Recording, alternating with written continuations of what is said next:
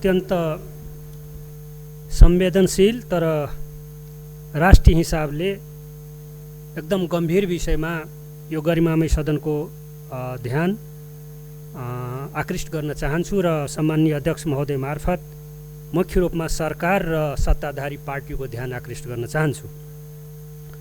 आज म धेरै कुराहरू गर्दिनँ। जुन विषयमा म प्रवेश गर्न खोजिराखेको छु त्यो विषयमा आज अलिकति म केही विषयको गम्भीर पाटोहरू, संवेदनशील पाटोहरूको बारेमा मात्रै कुरा गर्छु र यदि स्थिति बिग्रिँदै गयो, यदि मुलुक मुठभेडको दिशामा जाँदै गयो, यदि सत्ताधारी पार्टीको गलत निर्णयको कारणले यदि यो मुलुक राजनीतिक दुर्घटनातिर जान खोजियो भने त्यति बेला लोकतन्त्रको लागि लडेको एउटा सिपाहीको नाताले जुन भाषा प्रयोग गर्नुपर्ने हुन्छ र जुन अन्तर्वस्तु व्यक्त गर्नुपर्ने हुन्छ त्यो हैसियत, त्यो हदसम्म पनि नेपाली काङ्ग्रेस संसदीय दल जान्छ भन्ने कुरा म निवेदन गर्न चाहन्छु। विषय भनेको वैवाहिक अङ्गीकृत नागरिकताको बारेमा। म 2054 सालमा लोकेन्द्र बहादुर चन्द र नेकपा एमालेको संयुक्त सरकार हुँदाखेरि त्यति बेला पनि यो विषयमा लामो समय काम गरेको मान्छे र त्यस पछाडि अहिले भर्खरै संविधान निर्माण कालमा, दोस्रो संविधान सभाको कालमा संविधान निर्माण भइराखेको बखत संविधान मसौदा समितिको म त्यो मान्छे हुँ जो संविधान मसौदा समिति अन्तर्गत परिभाषा र नागरिकता उपसमिति थियो, त्यो उपसमितिको संयोजकको नाताले मैले यो विषयलाई निरन्तर हेरेको मान्छे र यो विषयसँग खेलेको मान्छे हुँ।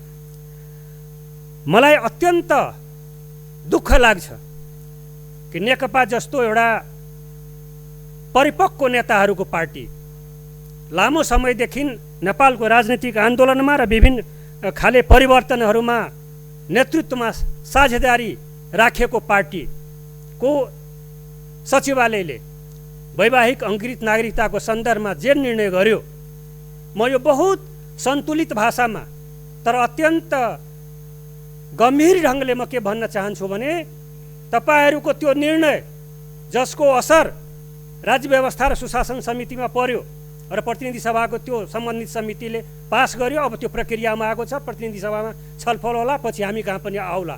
म पहिलो मेरो गम्भीर ध्यानाकर्षण, बहुत गम्भीर ध्यानाकर्षण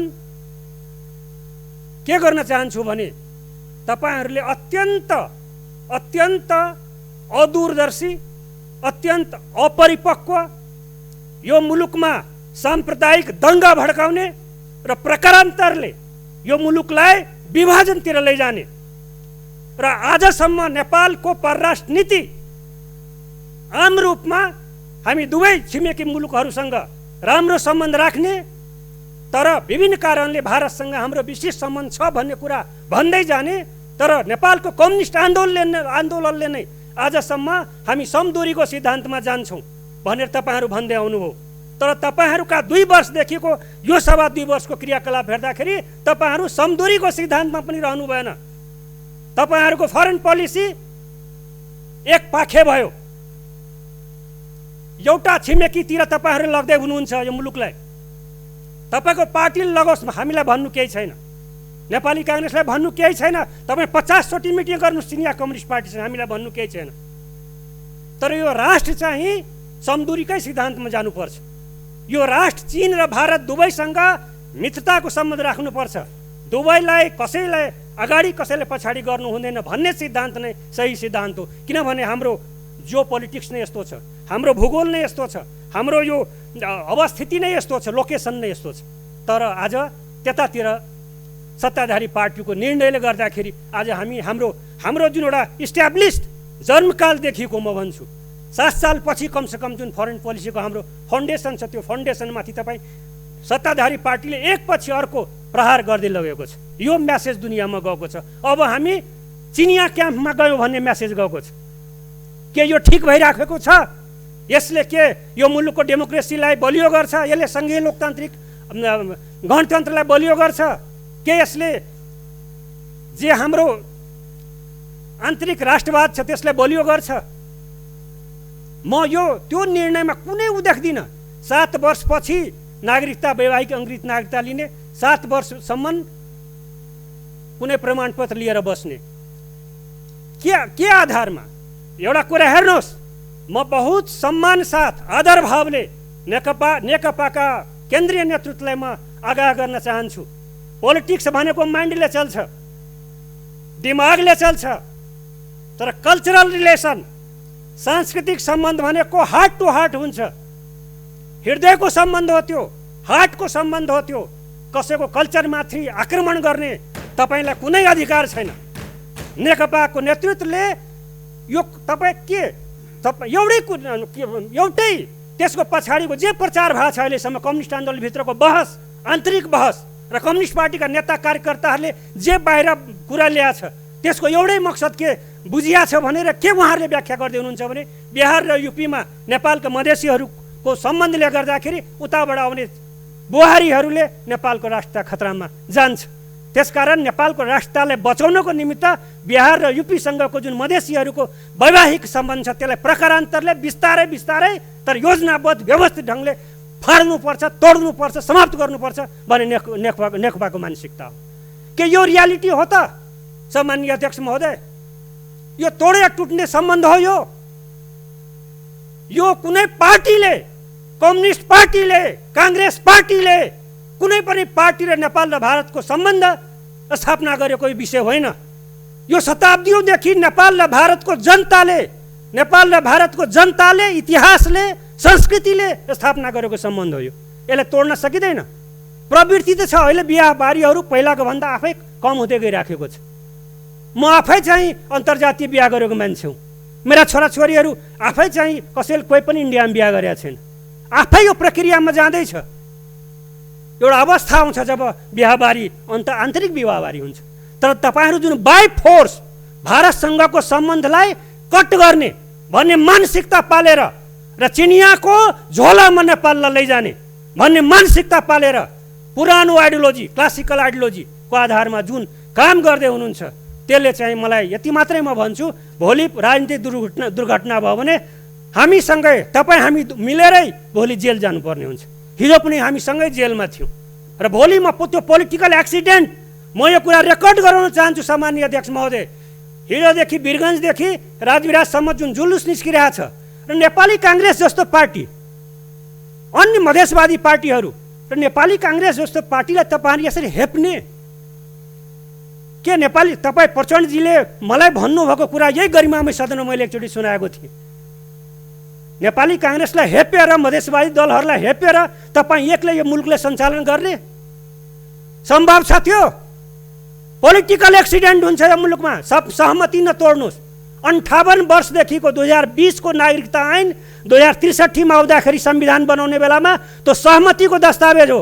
मधेसवादी दल, नेपाली काङ्ग्रेस, तत्कालीन नेकपा एमाले र माओवादी मिलेर हामी नेसनल कन्सेन्ससको आधारमा संविधानको अन्तरिम संविधान 2063 बनाएका छौँ, के अरे रचना गरेका थियौँ र त्यसको त्यो नागरिकताको धारा सहमतिको धारा हो।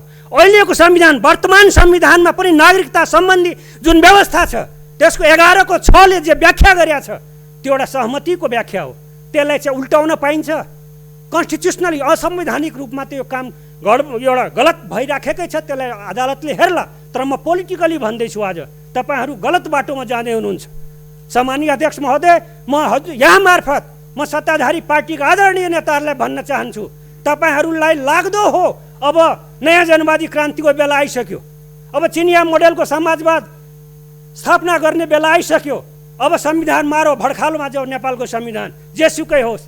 तपाईँहरूको त्यो निर्णय मोस्ट एक्सट्रिमिस्ट, उग्रवामपन्थी, मैले अस्ति पनि त्यो किताब लेफ्ट विङ कम्युनिजम एन्ड इन्फेन्टाइल डिजअर्डरको कुरा मैले गरेका थिएँ। उग्रवामपन्थी कम्युनिस्ट एक बाल रोग।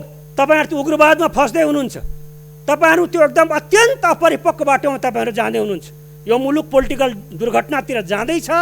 त्यतातिर तपाईँ धकेल्ने काम, मुलुकमा आगो लगाउने काम, काङ्ग्रेस र अन्य सबै पार्टीहरूसँग भिड्ने काम र मुलुकलाई द्वन्द्व निप्नाएर सामन्तवादीहरूलाई र फेरि हिरोका फोर्सेसहरूलाई मलजल गर्ने काम तपाईँहरू नगर्नुहोस्। यो गर्दै हुनुहुन्छ। यो पोलिटिकल कुरा म मात्रै तपाईँहरूको बिचमा राखेँ। जे काम गर्दै हुनुहुन्छ अत्यन्त अनुचित काम तपाईँहरू गर्दै हुनुहुन्छ। तपाईँहरूको सोच नै गलत छ। बिहार र युपीसँगको वैवाहिक सम्बन्ध तोडेर नेपालको राष्ट्र बलियो हुन्छ जुन तपाईँहरूको चिन्तन छ, मानसिकता छ, त्यो खोटपूर्ण मानसिकता छ, त्यो एन्टी इन्डियन नेसनलिजममा आधारित छ। त्यो एन्टी मधेसी नेसनलिजममा आधारित छ त्यो मानसिकता। त्यो प्रगतिशील पार्टीले राख्ने मानसिकता होइन, मार्क्सवादी लेनिनवादी कम्युनिस्टहरूले अन्तर्राष्ट्रियतावादी कम्युनिस्टहरूले राख्ने मानसिकता त्यो होइन। त्यो मानसिकता अत्यन्त मण्डले राष्ट्रवादी मानसिकता हो, त्यो प्रतिक्रान्तिकारी मानसिकता, क्रान्ति विरोधी मानसिकता हो त्यो। त्यसकारण आज सम्मानीय अध्यक्ष महोदय, यो विषयमा यति मात्रै भन्छु। म निवेदन गर्न चाहन्छु, म पोलिटिकली अट्याक गरेको हुँ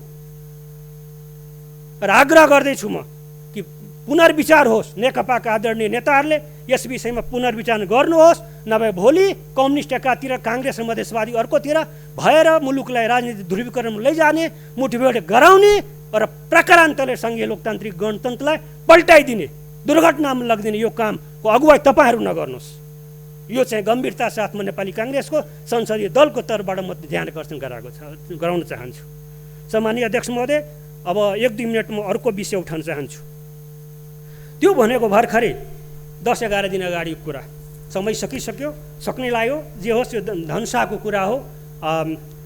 त्यहाँको प्रहरी हिरासतमा शम्भु सदा मुसहर, उनी मृत्युवरण गरेका छन्, उनी त्यहाँ मरेका छन्।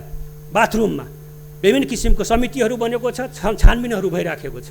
म यति मात्रै भन्न चाहन्छु कि पुलिस हिरासतमा राम मनोहर यादवको हत्या भयो, पुलिस हिरासतमा सिराहाको प्रियङ्का यादवको हत्या भयो, पुलिस हिरासतमा अहिले यो शम्भु सदा मुसहरको हत्या भएको छ। यसले गर्दाखेरि पुलिस प्रशासनको काम कारबाहीप्रति एउटा प्रश्न उठिराखेको छ।